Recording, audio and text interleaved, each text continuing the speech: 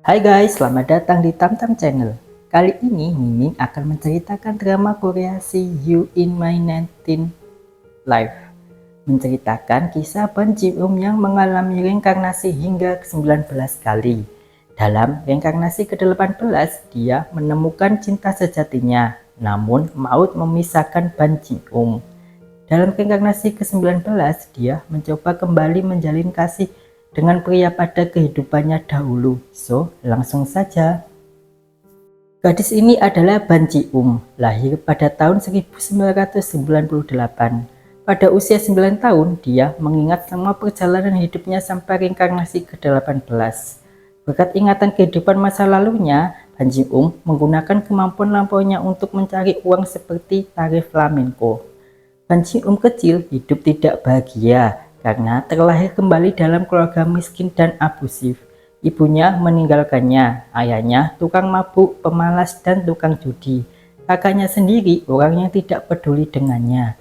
Namun, Ban Ji-eum menganggap hal tersebut bukanlah sesuatu yang memberatkan, karena sepanjang kehidupannya, dulunya ada hal yang lebih berat. Ban Ji-eum mengingat kehidupan yang ke-18. Dalam kehidupan tersebut, Ban Ji-eum menjalin hubungan dengan Moon So-ha. Dia kemudian bergegas menuju tempat Kim A-kyung, pemilik warung kimchi. Ban Ji-eum datang dengan mengatakan bahwa dirinya adalah reinkarnasi paman A-kyung bernama Kim Jung-ho. Reinkarnasi ke-17, lahir pada tahun 1956, meninggal pada tahun 1983. Saat Kim A-kyung berusia 10 tahun. Kim A-kyung mengetes apakah hal tersebut merupakan kebenaran dengan menanyakan hal-hal personal. Bahkan Ban Ji-eum berlagak seperti pamannya. A-kyung langsung percaya. Ban Ji-eum membutuhkan uang 100.000 won karena uang yang dihasilkan dari jeripayanya selalu dihabiskan oleh keluarganya. A-kyung pun langsung memberinya sebagai pinjaman. Kita kembali flashback pada tahun 1997, di mana Ban Ji-eum pada reinkarnasi kehidupannya yang ke-18 bernama Yoo Jun-won, lahir pada tahun 1986. Juwon bertemu dengan Moon So-ha kecil. Moon So-ha sendiri merupakan anak konglomerat. Ibu Juwon dan So-ha bersahabat. Sehari-hari mereka bertemu dan hingga timbul benih-benih sayang. Ibu Juwon merasa aneh dengan perubahan sifat anaknya pada usia 9 tahun yang bisa bersikap lebih dewasa daripada dirinya.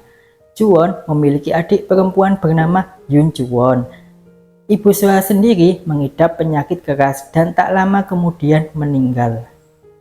Di suatu hari, Juwon dan So-ha pergi ke suatu tempat. Naas, mobil yang mereka tumpangi mengalami kecelakaan parah, sehingga sopir dan Juwon tewas di tempat.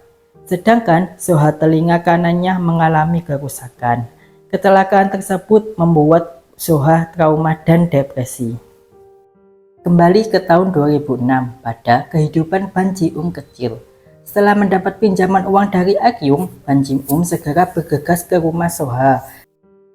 Ban Ji-eum akhirnya sampai di rumah So-ha. Dia mengingat kembali peristiwa naas yang terjadi 25 tahun sebelumnya. Melihat pria tersebut dari pohon, kini So-ha menjadi pria dewasa dan tinggi, tidak seperti dulu pendek yang sering dikatain Yuwon. Namun, kesedihan akan rasa kehilangan tetap membekas dari hati So-ha, mengingat ayahnya punya hubungan gelap dengan pegawai mendiang ibunya. Ban Ji-eum berhari-hari mengikuti So-ha yang murung dan selalu meluapkan amarahnya. Hingga pada tahun 2007, rumah So-ha kosong dan dia menetap di luar negeri untuk lanjut kuliah. 8 tahun berlalu, tepatnya tahun 2015. Ban Ji-eum berusia 17 tahun, lulus dari SMA dan melanjutkan pendidikan di kampus ternama. Pada tahun 2020, setelah lulus S1, Ban Ji-eum mendapat info lowongan kerja di perusahaan keluarga So-ha bernama Im-ai Mobility. Ban Ji-eum diterima kerja perusahaan berkat latar belakang dan wawancaranya yang mengesankan. Ban Ji-eum menjadi teknisi lapangan untuk produk otomotif Mi Mobility hingga tahun 2022. Namun, keinginan menemui So-ha gagal terwujud karena pria tersebut menetap di Jerman. Atas dasar itu, Ban Ji-eum meminta mutasi ke Jerman, namun membutuhkan waktu lama untuk menjadi eksekutif. Atasannya sangat menyegani Ban Ji-eum. Dia menganggap Ban Ji-eum merupakan kaca dalam kehidupan terdahulu. Di tempat prakteknya, Ban Ji-eum didatangi Lee Ji-seok dari perusahaan Daewon, saingan MI Mobility. Pemuda tersebut membujuk agar Ban Ji-eum mau bekerja di perusahaannya, apalagi Daewon lebih bagus. Ban Ji-eum menolak. Ban Ji-eum mendengar percakapan pria tersebut bahwa Moon So-ha telah kembali, namun menuju ke tempat hotel mendiang ibunya. Ban Ji-eum menuju hotel tersebut untuk bertemu Moon So-ha. Ban Ji-eum memperhatikan sebuah akuarium di lobi hotel. Dulu, dia dan So-ha kecil sering bermain di situ. So-ha sering mengatakan bahwa dia ingin sekali menjadi kura-kura dan sangat tertarik dengan kehidupan ikan. Mereka tanpa sengaja bertemu di lobi hotel. So-ha tidak peduli, terus berjalan diikuti Ban Ji-eum. So-ha berhenti di ruangan kolam renang, tempat di mana dia dan mendiang ibunya menghabiskan waktu bersama. Ban Ji-eum menyapa So-ha. So-ha pun mengatakan lalu pergi. So-ha menuju ke kantor ayahnya. Dia berencana ingin mengurus hotel milik mendiang ibunya yang mengalami kemunduran. Keinginan tersebut ditentang oleh ayahnya hingga So-ha dipukul. So-ha tetap pada pendiriannya.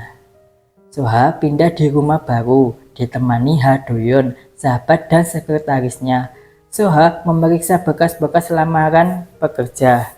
Dia tertarik melihat CV Ban Ji-eum. Atas saran sahabatnya, So-ha mau menginterview Ban Ji-eum. Ban Ji-eum datang. So-ha kaget dengan kemampuan Ban Ji-eum berbahasa Arab. Ban Ji-eum mengingat kehidupannya yang keempat menjadi pembuat arak di Timur Tengah pada abad ke-10. Mendengar jawaban Ban Ji-eum yang lantur, So-ha ragu menerima Ban Ji-eum. Ban Ji-eum pun nekat mengajak pacaran agar tidak ada keraguan dalam dirinya dan berlagak bahwa dulunya adalah mereka saling kenal.